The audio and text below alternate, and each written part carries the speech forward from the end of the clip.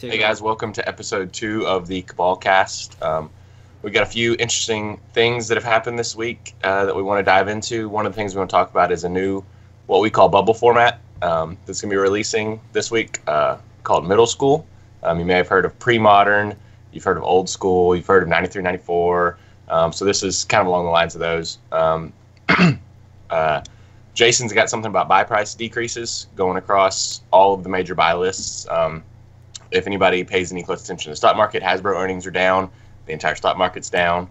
So that's been an interesting development this week. And so Hasbro has kind of addressed that in a short video that we'll talk about.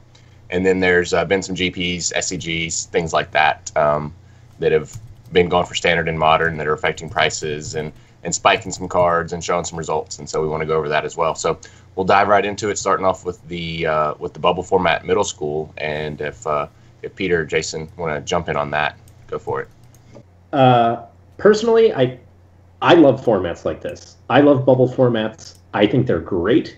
I think they're a wonderful opportunity. I love the intro statement that they made, which was something like, if you're an investor, please copulate yourself right now.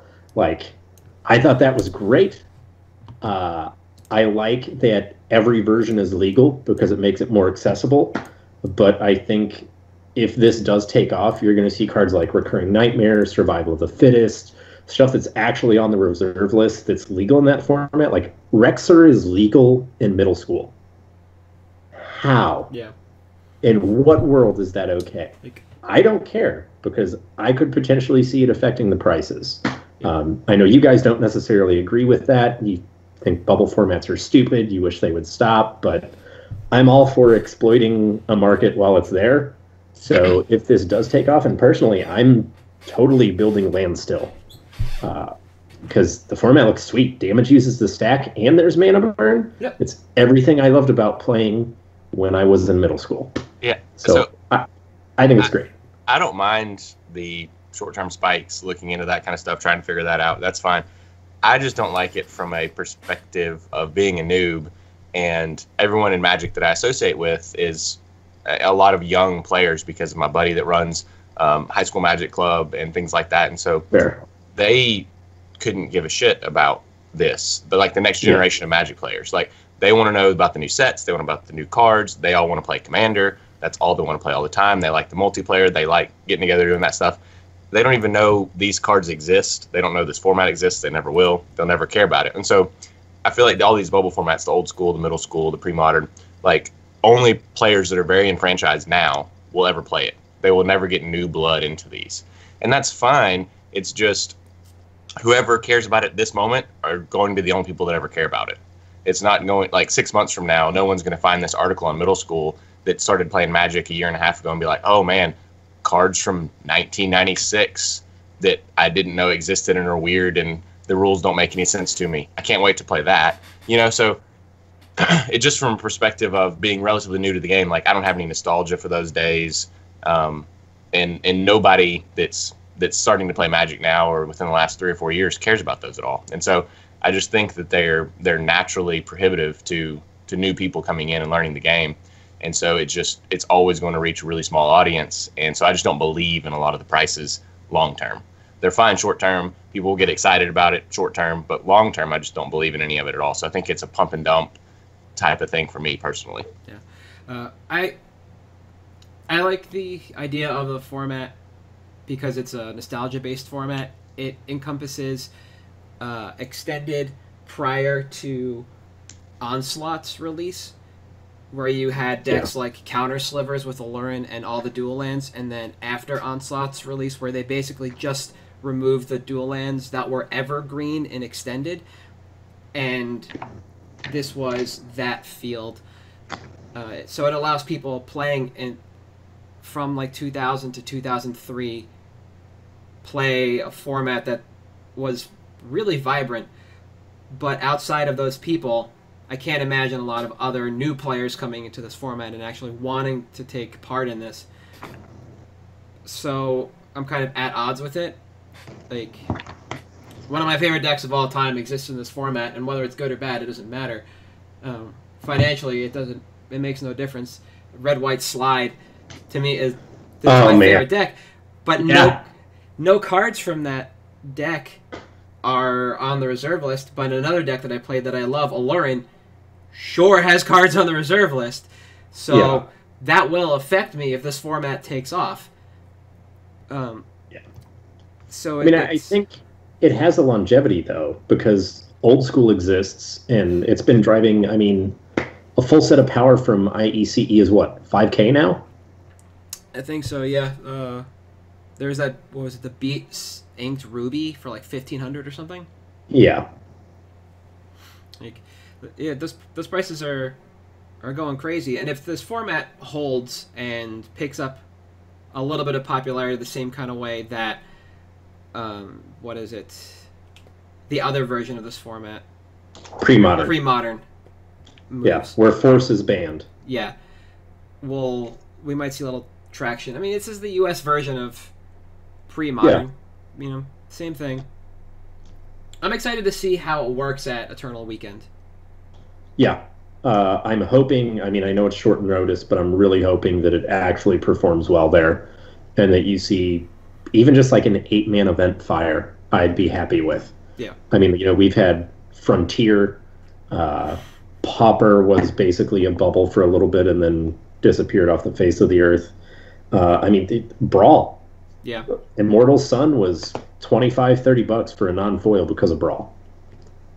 And now it's nothing. For 12. a week. Brawl lasted a week. Yeah.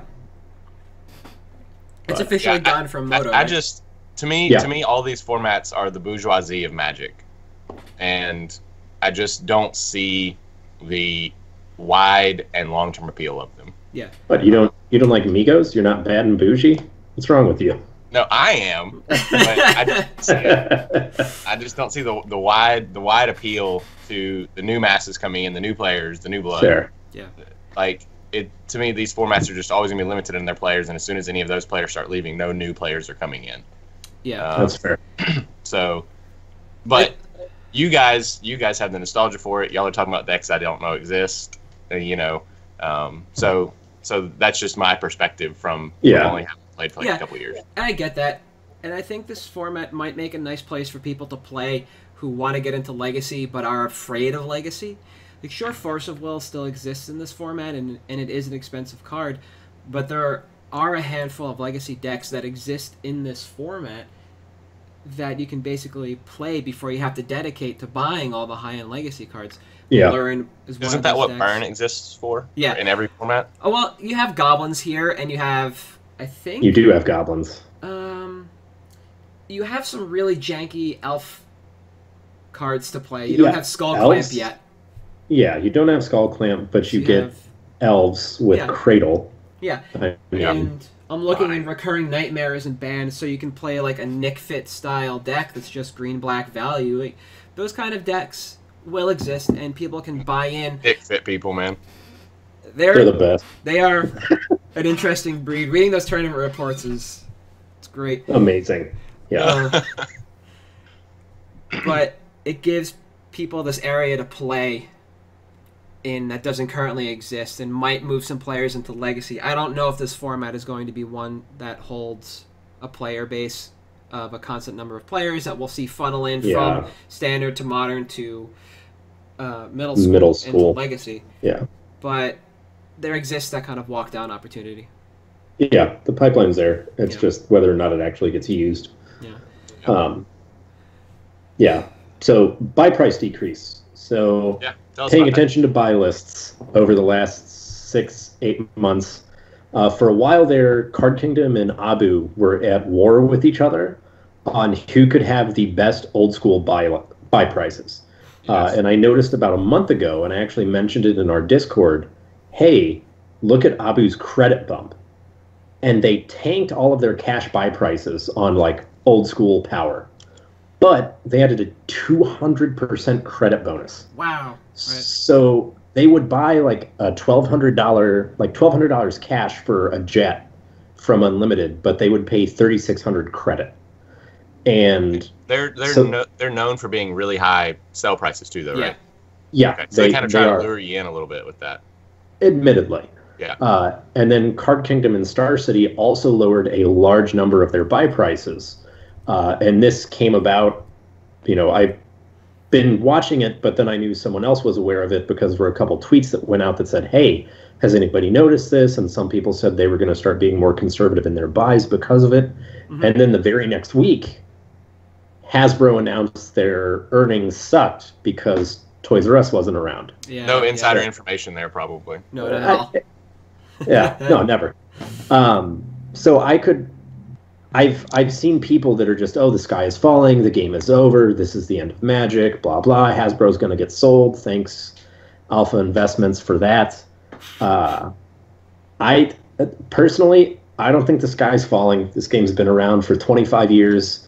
We changed borders, and the game was going to end.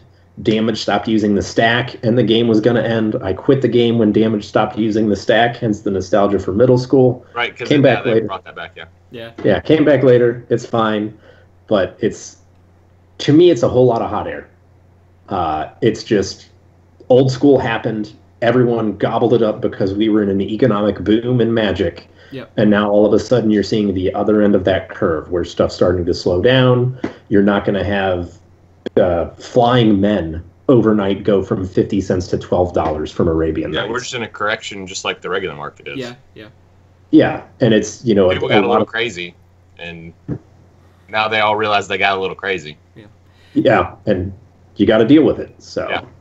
A lot of people like to use sites like Star City as a market indicator, and one thing that they forget about Star City is that organization works in two different fronts. They have the web store where they buy and sell through that, and they also have the open series where they buy and sell through that, and prices are generally the same, but they can buy infinite cards of the open series from a captive audience versus the website.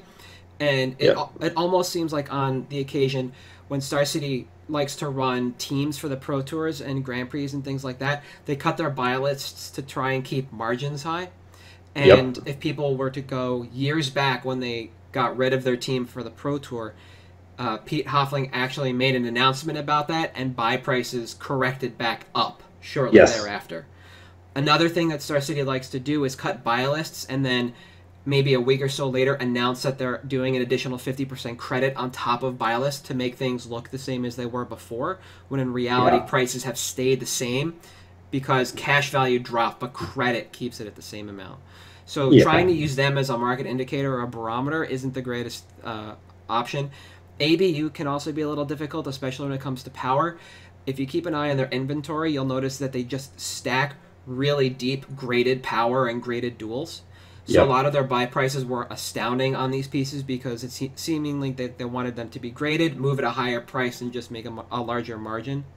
And they might be backstocked, or maybe graded power and duels aren't moving. The market is shrunk because everything else is correcting now, or people just have their fill. You can't play a slabbed card.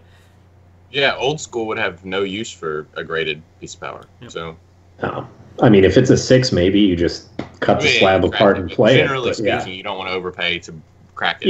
Yeah. It just seemed like when that boom was happening, Card Kingdom and Abu were basically trying to corner that market and get a share that was on par with like a Dan Bach or something, where they were like, all right, well, this is ours now. I mean, honestly, it makes sense for Card Kingdom. They're in Seattle. They're on the West Coast. Abu's in Iowa. Yeah.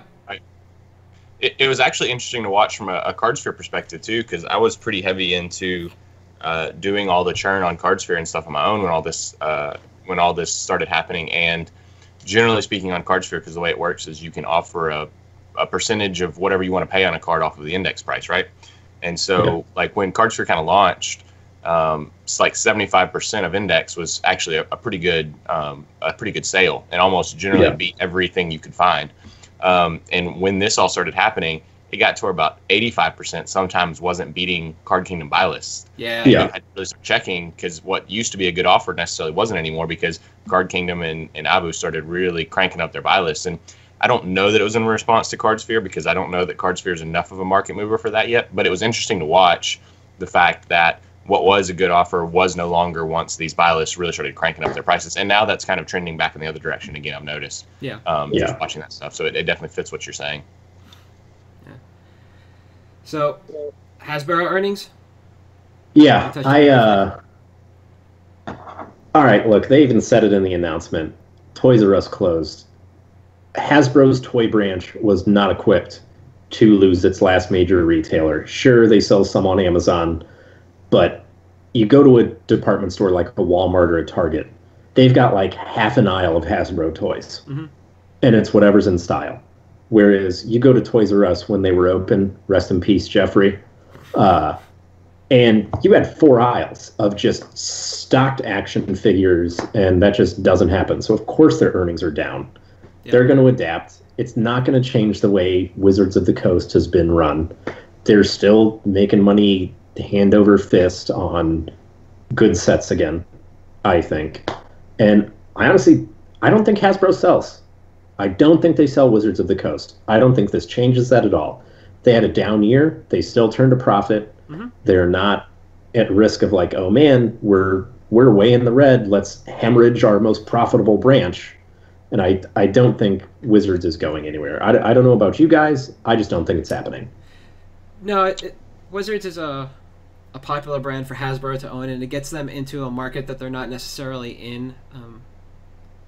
So it helps them diversify their portfolio, and the management they put on top of it has kind of righted the ship of WotC, especially when it comes to the digital properties and cranking out something that's a little more reliable, a little more user-friendly than Moto in Arena.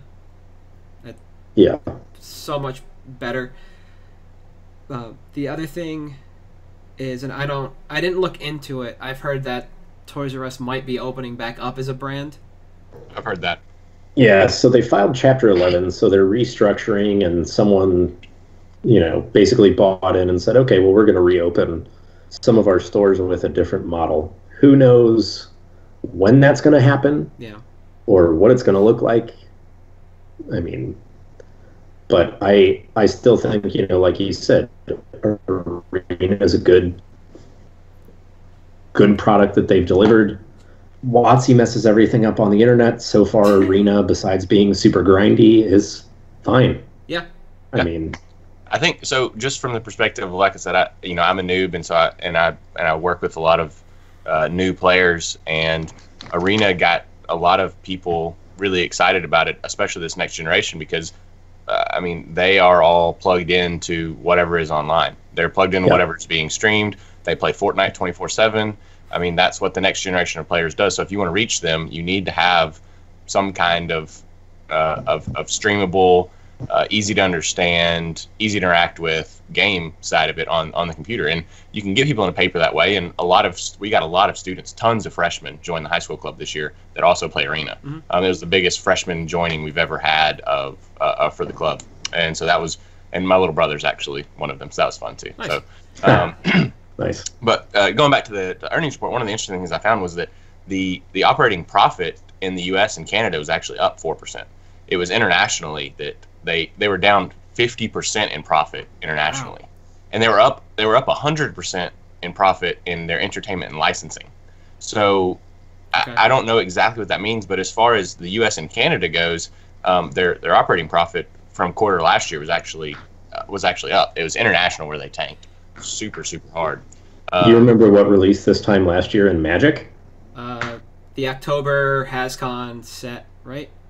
Yes, and it was pre-Kaladesh, so it was, Eldritch Moon Shadows? Yeah. Now we have good sets, and look at that. Their profits Although up. I do love Eldritch Moon, but... Yeah.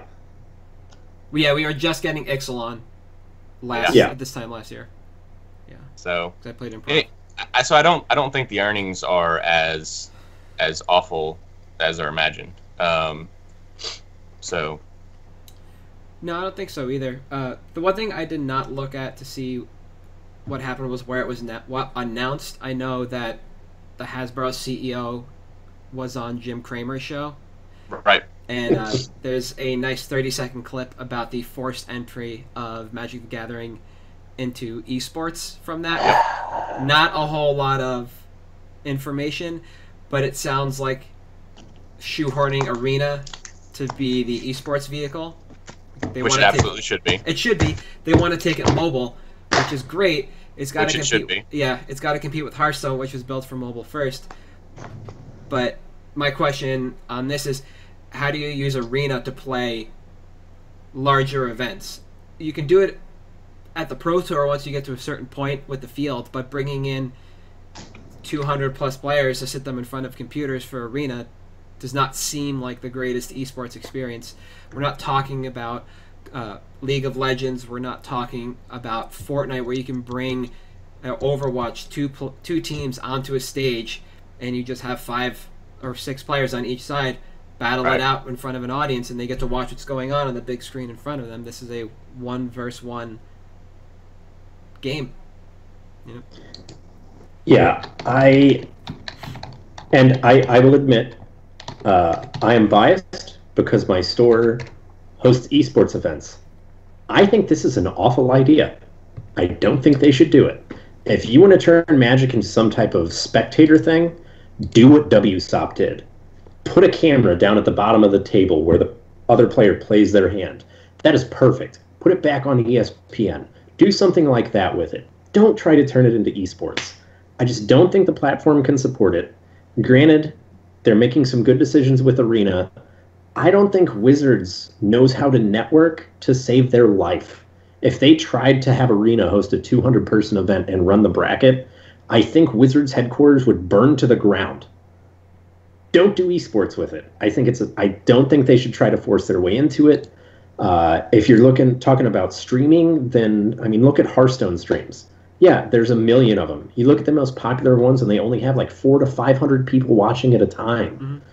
Don't try to go away from what works. I understand the market's changing. You need to adapt for a younger crowd.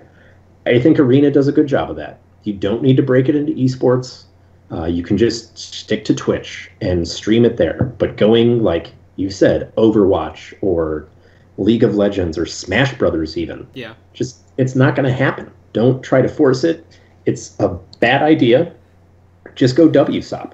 Have someone who understands the statistics of the game get there, help announce, have nice infographics up where it's not just, here's a life total and a name and an advantage bar at the bottom.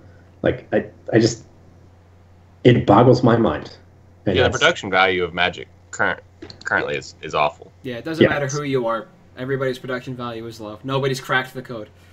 Yeah. Yep. They're all hard to watch, which is a shame in the era of, if you turn on League of Legends now and you don't know anything about League of Legends and start, like, I had a buddy over when I was watching Worlds, because Worlds for League of Legends is on right now, and he started watching and he got really into it and has never played or seen a game of League of Legends in his life.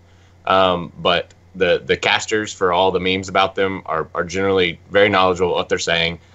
They explain and there's hundreds and hundreds of characters in League of Legends. They explain them all well, and I just don't feel like Magic gets that at all. If you're not really entrenched in Magic, I sometimes have a hard time watching the streams. And I have reasons to watch them because I do this kind of stuff, and so the production value is awful. But with the esports thing, I think that the going the way of WSOP is a good way to do it. I think Arena would have to be tweaked further to be taken to an esport because, like Jason was saying, it's hard to compete with the action-oriented, fast-paced matches of the esports now. Like League of Legends is the grindiest esport by far. Some of the games can go like 50 or 60 minutes, and it's still insanely entertaining. Huh? It's still insanely entertaining. Yeah, it's in that 50 or 60 minutes. There's basically constant action. Yeah. And so I think they would have to tweak Arena further to make it enthralling the entire time, just because Magic is by nature a lot of passive time. Yeah. Because there's a lot going on. It's like watching chess. There's a lot going on in the player's brain that you just can't extrapolate. You can't explain. Like, you can try to talk about what you they may be thinking, or their opponent may be thinking, but it's still just going to be people talking about what they think someone might be thinking, and that's not terribly exciting. Yeah. And so it's hard to compete with the action-oriented esports. But I do think that that's the way things are moving, and so I do think they need to find a way to get towards that space. I'm just not sure if they're there yet, or if there's a different form of Magic that can be kind of dumbed down, which I don't know if that's right, because I don't know if you want to dumb it down for your player base that wouldn't want it dumbed down, and so. Mm-hmm. I think those are really hard questions to ask, but I do think it's good that they're at least asking them. It shows that they realize that they're outdated in the way that they do things, and that they could do them better. And so it's good to explore all the options and all the alternatives to try to fix it. So yeah, one of the things that Arena has the ability to do that live casting Magic doesn't is having the spectator mode that all these other games do, where you have a camera controlled by people in your production room.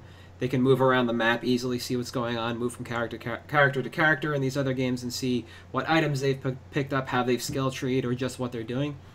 And even if you go back and you watch the versus Super Leagues that Randy Buehler does, they live cast like we are now, where their spectator is just looking at streams from both players, and if one player goes down for whatever reason on their Skype call, they lose all that information. They only have half a game.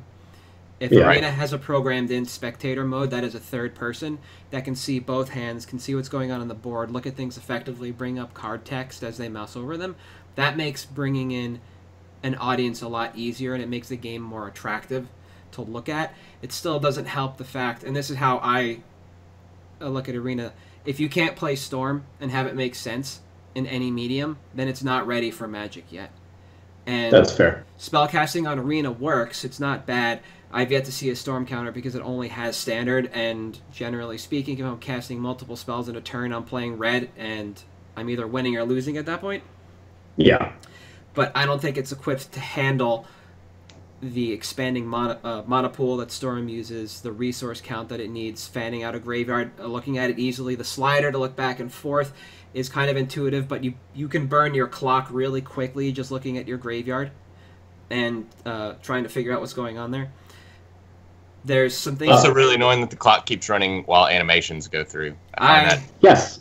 That really pisses me off when I'm running low on time and somebody casts a Carnage Tyrant and I have to watch it roar while my time ticks down. I did not know that was a thing. Yeah, it's really annoying. You just said that all you do is play red, though, so I don't get the Carnage Tyrant. The timer doesn't matter. No, I've drafted, so I've seen Niv Mizzet and Doom Whisperer and the Dream Eater thing. Yeah. And a lot in Momir Basic. I've seen a lot in Momir Basic. Right. Yeah. One thing I did think that I'm hoping if they decide to do esports, this is what they're going with. The MMO that they announced they were making with the studio that did Neverwinter, that we haven't heard anything about since. If there is some kind of WoW-style PvP mode in that, I guess I could see them taking it into an esport. Sounds awful. Yeah, I don't think it works because you're competing with WoW, which has been doing that exact esport for 15 years. Yeah, for forever, and you're not going to break in on that market. But that's the only way I could see it maybe making sense. But again, we haven't heard anything about that MMO since last year. I think that thing's DOA. I mean, For people that wanted to look it up, though, this is from around the same timeline that they announced the movie, correct? Where they were going to take the Planeswalker characters. Okay. Yeah. I kind of want to say that turned into the recent D&D campaigns that cross over into Ravnica. Yeah. That's kind of what the movie felt like it became, was this crossover. But I totally forgot about that. Yeah. Yeah, with Cryptic Studios. Well, it means Neverwinter, man. Right? Yeah, that game's great. Yeah. They are, according to Cryptic Studios' webpage, still hiring for software engineers, low, mid, and senior, level designers, art directors, literally everything. So yeah, good. So they have no one working on it. Yeah. Yeah. Well, there's that. That's where it is. Yeah. All right. So you want to move on to results from this weekend? Yes. All right. So GP Lealf has finished up. I don't know who won that. I believe New Jersey is done, and the last I knew it was an all Amulet finals at Star City. Yeah. Yes. So, do we know who won Leal? I am checking now.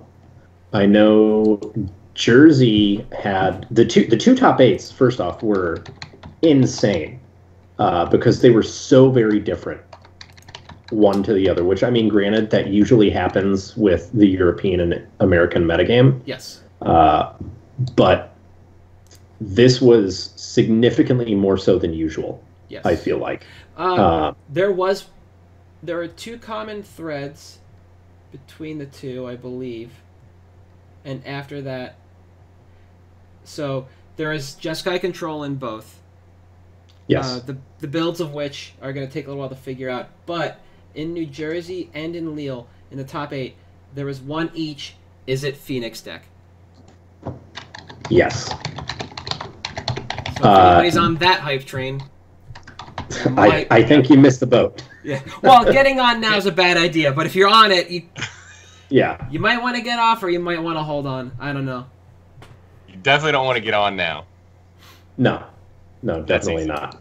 I know people are Lille starting to play with Phoenix in Modern too, so it being a Mythic, being played in Standard, and potentially being toyed with in Modern could be a...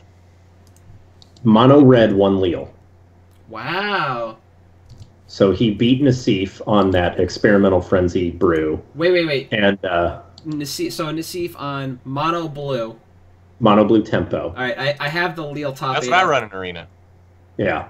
Cassis won with Jeskai Control over Brad Nelson on Boros Angels. Okay. Which, by the way, Brad Nelson for Tecatli Honor Guard in the main, which you will remember was my pick last week. Yeah. Another interesting thing about the American top 8, no Golgari. Yes. And Lille had, I believe, 2 in the top 8? At least. I've got the results up now. They're going to show up in the video. Okay. I'm looking at Lille. Yeah, it had two Golgaris. I think 2 Jeskai controls. Yes. And Is It Mono Blue Tempo, Selesnya tokens, and Mono Red aggro. So Selesnya tokens was in both. I'm sure the builds differ. New Jersey also had Boros Angels. And 3 Jeskai. Well, it also has Boros Nelson. So Boros Mentor. Yeah. And Selesnya Angels. Of which there were no green angels. Yeah. And it actually has Shalai, Resplendent, Lyra. Yes. Those are its angels. The only green creature in the deck, in the main, is Thorn Lieutenant. Yep. On the sideboard, Knight of Autumn and Tendershoot Dryad. And Carney T. Okay. Yeah. Carney T, I feel like you have to have at this point. Yeah. That card is very annoying for people that play Mono Blue Tempo on Arena. Yeah. And I think, whereas a while ago it had been around $15 to $20, I think that's going to shoot back up to the $25-30 range now. Even just being a sideboard card, although if you look at the Lille deck lists, there's quite a few of the Golgari decks running at main now. All the Golgari decks ran at main. Yeah, you almost have to at this point. Mm-hmm. It is a 2 of and a 3 of. Yeah. So I think, financially wise, what we're looking at implications for me, obviously you've already missed the Arclight Phoenix train. Yeah. That started 2 days ago. I think, especially at least in the American meta, seeing how many History of Benalias were there, because that card's been trending down lately. Yes. And I think we may start to see it tick back up a little bit because you had it as a 3 or 4 of in multiple lists, including, I believe... No, I thought one of the Jeskais may have had it main, but it did not. But I think that is a card that very realistically could see a surge in value again. Okay. Not my pick by any means. That's just one of the implications I see. Okay. One of the cards that I was going to choose for my pick this week, but was going to be Lyra, and I didn't get a chance to take a look at her price history, but she hasn't been doing a lot in Standard, was Jeskai Control all over the top 8, and at least one Lyra in each of those lists, plus Lyra in both the Angels list in New Jersey, alongside of History of Benalia in some of them. This also as of October 9th, it was $14 average. Yep. It's now $24. For average for Lyra. For Lyra? Yeah. On stocks, yeah. Man, she went up quick. Another one that found its way as a 4 of in every single Jeskai control deck was Deafening Clarion. Yeah. That was one of those cards that when it was spoiled and all of a sudden, you know, when the first leagues got posted, you saw Selesnya tokens everywhere. Mm-hmm. I was like, how? Deafening Clarion exists. That card is so good even against the mid-range strategies. Yep. I mean, that, who knows, we may see that go up too. Yeah, it was every deck that saw it, it was a 4 of. Yeah. And main board 4 of. Yep. Surprising to me was the lack of Eldest Reborn in the main for any of the Golgari lists. It did not exist in the mains. It's a card that, I mean, I've been on Golgari. I think that card is insane in the format. That's weird. And I have not liked it very much when I've been playing with it or against it. Fair. It just feels like 5 mana, the turn it comes down, it just doesn't do quite enough. Mm-hmm. But yeah, it's basically suspend to, you know, reanimate a walker. Right. But, you know, granted the meta, like looking at the other top 8s, that's too slow. Yeah. The Jeskai decks have started adapting by running things like Crackling Drake and stuff like that, that just, you sack that instead of your walker and it doesn't matter anymore. So, Experimental Frenzy is, that mono red aggro deck feels like a trap to me. I don't know how you guys feel about it. I think that's going to be one of those things that people are going to see and be like, man, I can build mono red. It's fairly cheap. Like your money cards are Experimental Frenzy and Steamkin. And I guess the Rekindling Phoenix. But like by and large, it's kind of a budget list. I think it's a trap. I don't think it's real. Sure, it beat Nassif, but I think it was very much a meta call. I'm not sure how it survives in a Jeskai meta. So over the last couple of days, while I've been playing a deck that's got to be within 6 to 8 cards of this main, the only deck I haven't beaten was the Is It control deck that Jeskai kind of morphed off of. It was very heavy on creature counter and a little lighter on spell counter, and that is basically what took my legs out from underneath me. I had 3 Experimental Frenzy in the main and 4 of the new Book Burning. Oh yeah, Risk. That card is insane. Yeah. Risk Factor? Risk Factor, yeah. So that basically replaced my Rekindling Phoenixes and Chain Whirlers from this list. Mm. And I think I dropped down on a Wizard's Lightning to play, what's his name? Legion Warboss X2 in the main. Just trying to be on the board by turn 3 and make my Experimental Frenzies a little more devastating by bringing a large board presence to the game. And I would get crushed playing against Jeskai with Deafening Clarion or even Cleansing Nova out of the board if they were playing Revitalize in the main like some were a week ago. I wouldn't be able to keep up. I may be wrong. You've obviously had good results with it. I just look at it on paper and I'm like, I don't see how. You're faster to the board, and most of your stuff can or does have haste, aside from the Rekindling Phoenix. And if I had to guess, if Bussin or Busin hit multiple Chain Whirlers in a row, or let's say every other turn for 3 turns running, he was probably able to take game 1 pretty easily. After sideboarding, I'm pretty sure he's going to bring in Fiery Cannonade. And most likely fight with fire. And he brought in treasure maps too. Yeah, because he wanted to play a longer game. Yeah.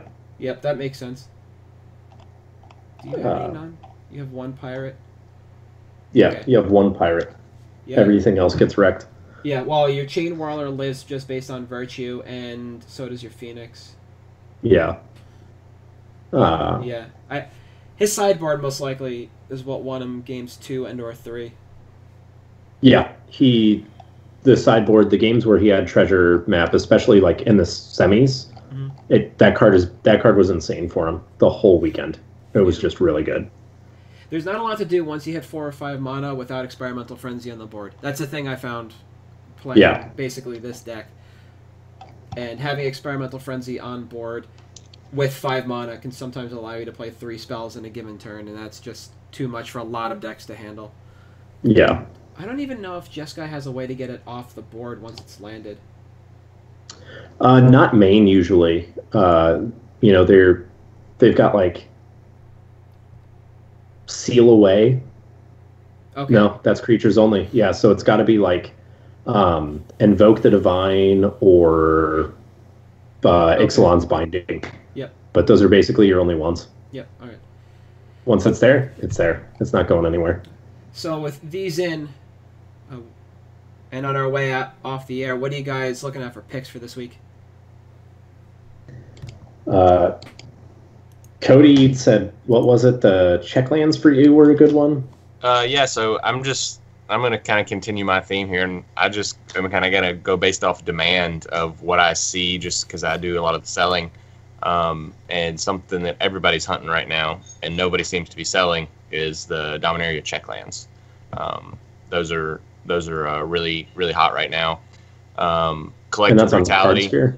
What's that? That's on Card Sphere. They're super hot. Lots of people offering 90 plus up to 100%. Nobody's sending them. Yeah, which is pretty surprising for a $2, $3, $4, $5 card. Yeah. Collective Brutality is up there, and then Chandra TOD is up there. A lot of those have multiple offers for 90% plus that no one is sending, which means people value them higher than that. And so those prices are beating buylist. They're beating what people are selling them for. So for whatever reason, people don't want to send them at those prices, and I guess it's because they think that they're going to go higher. So that's just kind of my perspective from the demand side. Okay. Yeah. For me, and this is a super long-term one. Bear with me. We're talking like a year. I am known as saying that casuals drive the financial market. It's very true. EDH is a thing. Sarkhan's Unsealing. That card. I like that card. Yeah. Is not good. But it is the exact kind of EDH card that, it's 75 cents, 50 cents, whatever. In a year, I could easily see it being $5, $6, $10 even. It's also really fun. Yeah. The card it's fun. It makes you examine the game in a different way, which is one of those things that, like, as I'm sure you've experienced, Cody, with the club. Yep. Kids love that stuff. Yep. Like, it's fun, it's weird, it's random. I hate all of that. I think it's awful. But I mean, it's my you and your tutors and your perfect lines doing the same thing over and over again. I'm up to like 200 of this card right now, and I'm still continually picking them up when I can get 8 or more at a time.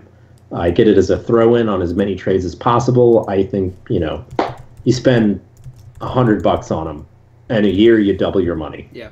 Fine. At worst case, you double your money. Yeah. So I think, that's mine for this week. Yeah, that's fine. I have a box of standard bulk rares that I dip into every now and again when something moves from bulk to playable, and I've got a few of those in there from when I opened my judge boxes, and they're staying in there. So my pick for this week was based on just murmurs from the end of this week, because I hadn't had a chance to actually watch any stuff from Lille. I just read Gabe DeCeif's article and heard a bunch of what people were talking about online. And my first thought was Teferi, because there wasn't a great Teferi deck right now in the format, but we get Hallowed Fountain next set, which turns Teferi on. So I'm going to go level 0 here and say Hallowed Fountain. Oh, wow. Yeah. Okay. So it's the RTR pickup, not the Dissension. The RTR one is dirt cheap right now, yeah. That is why. Not a lot of people remember that it's the most printed Shockland because it was in one of those standard sets. One of those, like, decks or whatever? Yeah, like where the Windswept Teeth was printed when Cons came out. Yeah. Hollowed Fountain was one of those. So the buy price on them was really shabby for a very long time. And even now with Blue White Control making top 4 of Star City, they generally sell for about 8 on the top end. And compared to Overgrown Tomb from Guilds of New Rav, that's basically kind of capped out on where we are for Shocklands.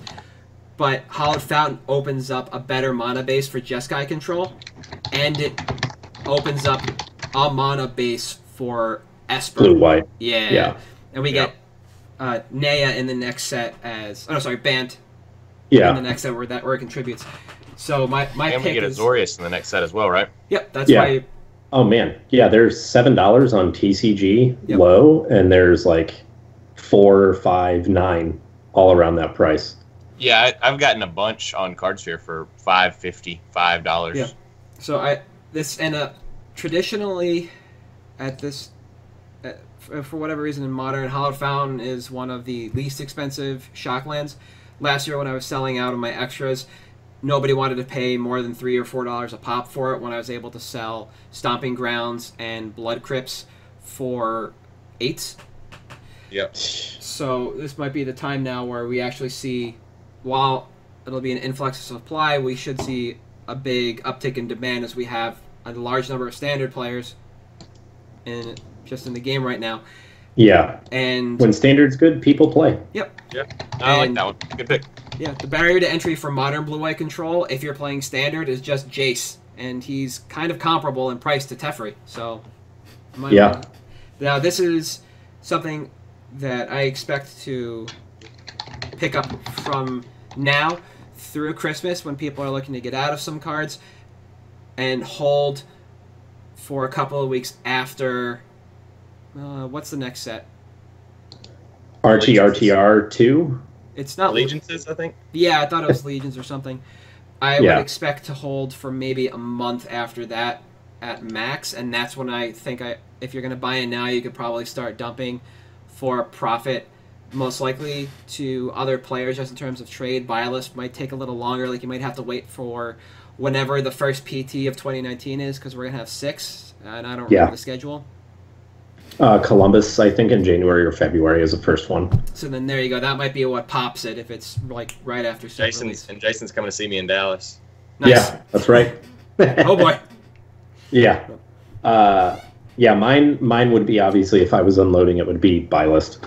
I don't think I'm going to move 300 plus Sarkhan's Unsealings to anyone, probably, when it pops. Oh, yeah, just burn. Because I don't want to spend the time to like list it and get it there, you know? Yeah, that's what I'm going to wind up doing with my Sunbird's Invocations and my Expansion Explosions. Just whoever's buying 10 at a time, just let them go slowly. Yeah. But at 7 apiece, I don't expect anybody to buy hundreds of Hollowed Fountains, so there should be just an easy out. Yeah. It's also the thing that, like, that demand, Modern being the format it is, and having a good standard, of the 6 picks we've done total, I think that is the easiest one to unload, period. Yeah, the selling on that one's easy. Yeah. Yeah. I think so too. Yeah. But with that, I think we are done with episode 2. We are. It's in the books. Yeah, we are on Apple iTunes right now. We're working on Stitcher. The video will be up on our YouTube channel. We have a Twitter account set up on Facebook under the same name, MtG Cabal Cast. Yep. And if you want to contact us directly, you can find me on Twitter at HaltIamReptar, _ instead of spaces. Cody, you are... Yeah, I'm the one that's underneath my name there. Yeah. I am at Thirsty Sizzler on Twitter now. I had one, I forgot it. Yeah, Thirsty Sizzler. Deal with it. Find me there. And that wraps it up then. Yep, and if you have any questions for us, feel free to send us a shout, and we'll get back to you as soon as we can. Yeah, thanks, guys. Yep. See you. See ya.